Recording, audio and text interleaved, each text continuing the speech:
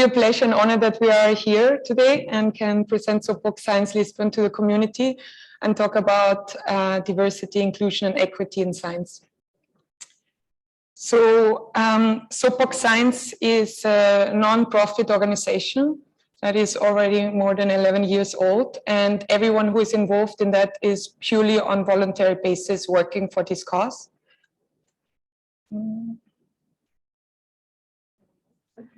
Sorry, okay. And its main mission is to bring science to the streets and highlight the work of women in science, technology, engineering, math, and medicine.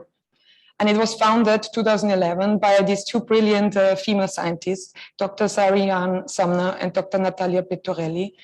And they were in the UK based, so it was a movement that started in the UK, inspired by the Soapbox, the civil rights movement. Historically, people that wanted to talk about civil rights would elevate themselves on a soapbox to have a stage to present their ideas. And so these two female scientists combined a civil rights movement idea with science communication and brought for the first time women on the streets in places where people usually would not expect to hear about science, and presenting, increasing the visibility of female scientists. So 2019, we brought it to Lisbon. In the last 2 years, we organized 2 successful events. Because of the pandemic, it was online, but either way, it was very successful. The audience was really excited about it. And the speakers that were selected had also a lot of fun and gave good feedback. So our main mission, of course, is bring science for the mass, while challenging the perception of the profile of a scientist. So usually the stereotype we have in our head is a white, middle-aged man, maybe with crazy hair and glasses. So we want to break that. We want to promote visibility of women in science, of course, and we also give training. So we give them science communication training that not only is important for the event, but also as a scientist, we have the responsibility to communicate our science to the public. So I think that is a really nice add-on. And further, we want to generate a network for female scientists, so for mutual empowerment, that we get together, we support each other in struggles and also celebrate together achievements. And last but not least, and today is a really great milestone, we want to open the discourse about the gender inequality in science. So thank you very much again for inviting us today here, and we are really looking forward to a discussion.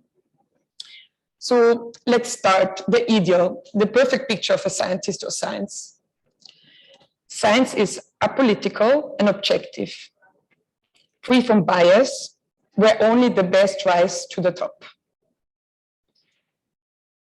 We maybe agree or disagree with that, but let's go back into history a bit and try to understand what it means to have the privilege to work in science. So historically, it was mainly middle-aged white men coming from privileged backgrounds, privileged families, that were free of existential fears to focus on really important questions and have the freedom to express themselves creatively. And it was a big starting point that led to a lot of wealth in our society today and made our life more comfortable and more healthy. But also, especially historically, it was that the questions, the scientific questions, were asked through a male lens, which had a huge impact on women and non-white men. With time and women rights movement, more women, especially privileged ones, came into science and broke a little bit the glass ceiling. It's still there, we'll see it, but it has a bit of a crack. And more women and also non-white people entered the academy. And this is very important because not only that everyone should have the right to study and learn, it's also important because we need to tackle global problems. And for that, we need diverse thinkers.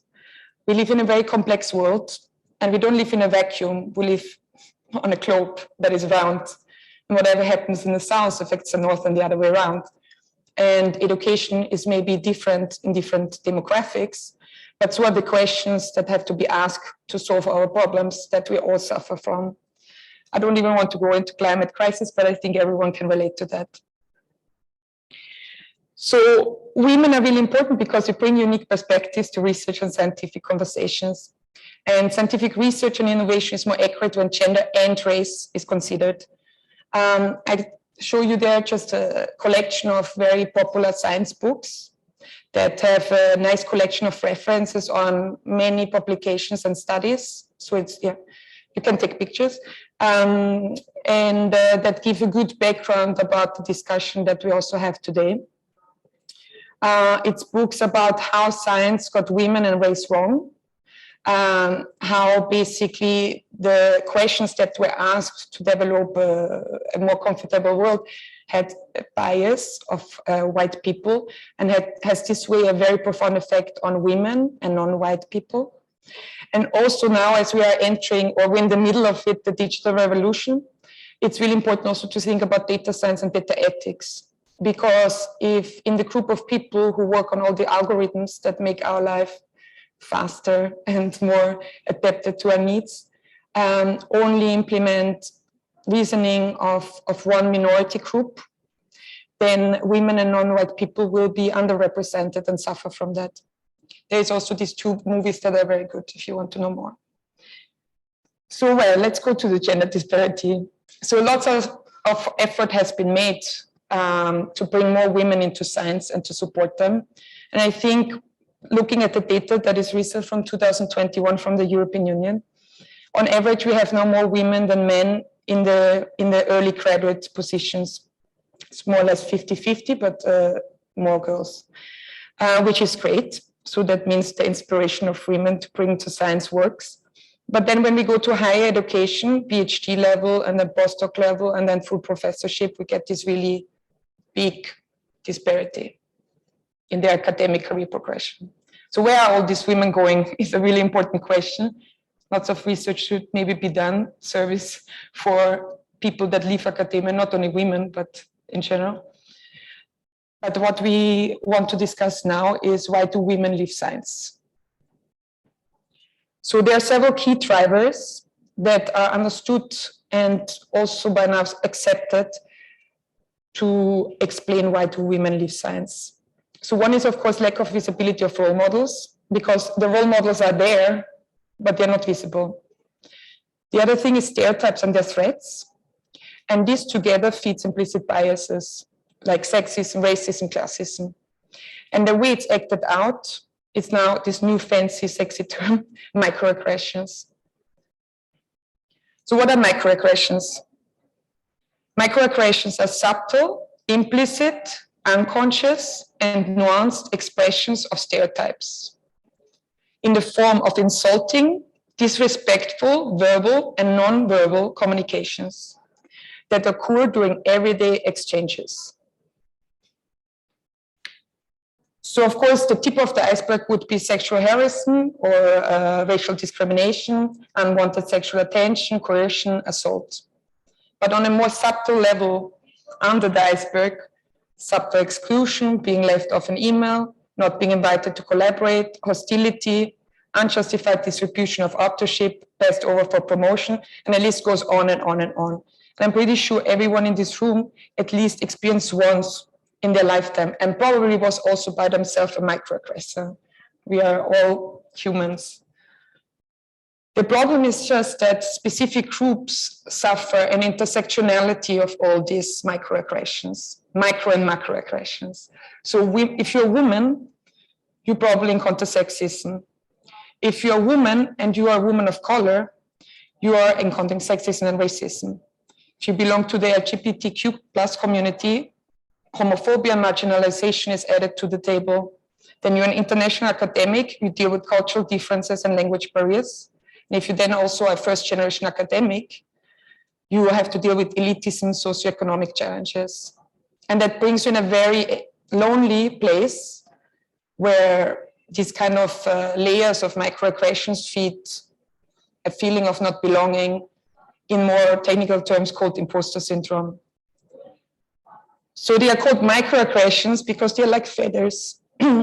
Maybe once a woman of color is in a meeting and the man maybe says to her, oh, you don't even look like a physical engineer. It's just a feather and she can just brush it off.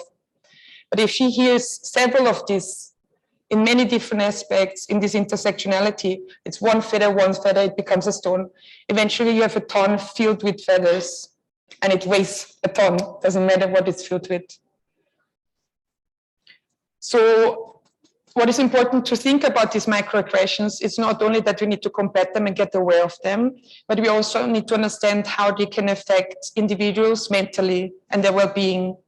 One thing is to not feel to belong to a place that gives you the imposter syndrome that maybe is acted out in working even more, and at the same time can induce anxiety, worst case depression and burnout. So we are living in this ivory tower with a really actually exciting culture of play hard, work hard, where lots of explosive creative ideas come together and we move and change the world.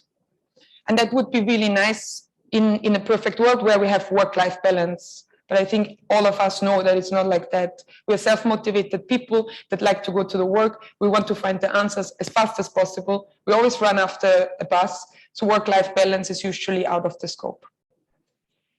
And if you are belonging to one of the intersectionalities or the minorities in academia, namely women and non-white men, there are several studies now that show also that they are actually the group also that care about the academia, that do the domestic work for academia. What do I mean with that? It's organizing a seminar like today. It's taking care of the lab environment. It's organizing beer hours, maybe even refilling reagents in the lab. So there is already maybe delayed starting, like on this nice picture, there's already a delayed starting point, but then the way is the same, but then the path has lots of stones that have to be taken away. Not only the microaggression, also the work that is done, and that is not graduated the same way, rewarded the same way like publications. So also these individuals lose a lot of time in order to do the work that is required by our reward system, our academic reward system, to become tenure professor. So play hard, work hard. If you don't have work-life balance, burn out. And that is something we should consider really strongly, because burnout is one of the most expensive or biggest loss that we in academia can have, but also in society. Because if people and all these diverse creative thinkers are burning out, they will stop working for some while, worst case scenario, lose their confidence, and are not even capable to enter the industry sector. This is, of course, the worst case scenario, but we need to consider that. And this has huge impacts on society as a whole, because without the diversity in critical thinking, we cannot tackle the global questions. So to more or less get to an end, there's evidence for mental health crisis in academia that is more prominent now through the COVID pandemic. And also more and more journals get more aware of it, and there's more talk about it. And that is like a recent, but also with 4 years back.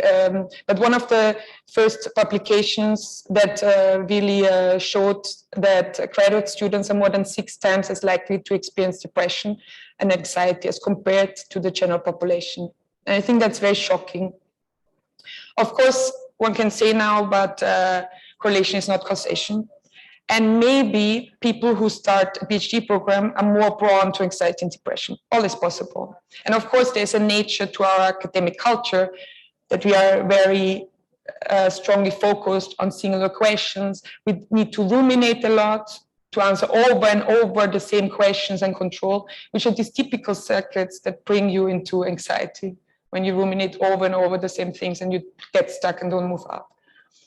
So in this study, what they were looking at was at key variables such as gender, mentorship, relationship, and perceived work-life balance. And not only this study, but several other studies. There are many meta-analyses across Europe. It seems that they can measure anxiety and also depression correlated to the academic culture, which affects on average female and trans people the most. And the non-white men are not included, but that speaks for itself. So yeah, sharing is caring. So we maybe already work in a diverse environment and we say, oh, we are all equal, but it's not. We need to consider the differences and we need to consider the struggles. And for this, we need also data so that we can go from equality to equity, where everyone can fulfill their potential. So it's time to ask the uncomfortable question, what our institutes, the faculty, the decision makers, every individual in the institute can do to increase well-being and create an academic culture in which everyone can thrive. Because, so for now, what I know also about the HSE, you have mental health service and coaching, and I know also most of the institution in Lisbon already on that track. But there's a problem with that. It's not enough because this treats mental health that is related to the work culture as an individual problem and not as a problem that is caused by dysfunctionality of our system. Just consider we're sitting in this room, everything is closed, and maybe one person is diagnosed asthma. Yeah, this person should get treatment. But if now 80% of the people in the room have breathing problems and 40% are diagnosed with asthma, maybe we should open the window, maybe we should refresh the air, maybe we should arrange the furniture. So we need systematic change in academic culture. We need to collect evidence. We need to make decisions based on this evidence. And we need to also make control of interventions, how they affect. And I think we all need to take part in this approach.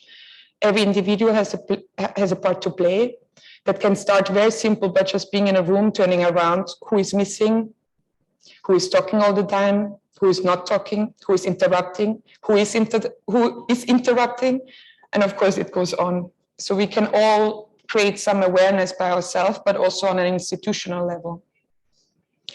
So yeah, I want to close now and leave you with this question for further discussion. What we can do to help, especially then women, and of course also non-white men, to unleash their full potential as a scientist. And thank you very much for your attention. And yeah, we're looking forward to a discussion. Thank you so much.